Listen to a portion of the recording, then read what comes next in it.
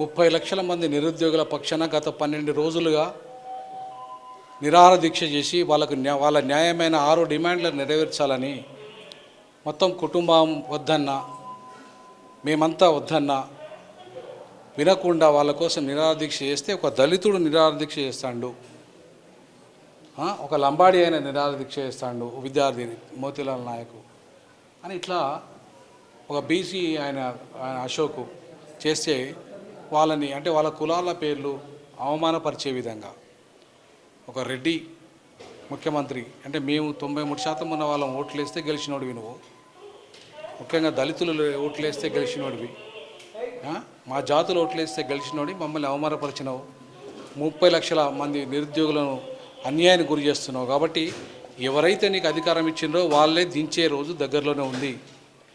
నువ్వు 8 ఎంపీకి సీట్లకు నేను పరిమితం చేసిండ్రు మొన్నటి ఎన్నికల్లో. రానున్న ఎన్నికల్లో లోకల్ బాడీ ఎన్నికల్లో కాంగ్రెస్ను భూస్థాపితం చేయడమే మా లక్ష్యం. అందుకు 30 లక్షల మంది నిరుద్యోగులతో పాటు 3.5 కోట్ల మంది తెలంగాణ ప్రజల్ని ఏకం చేస్తాం.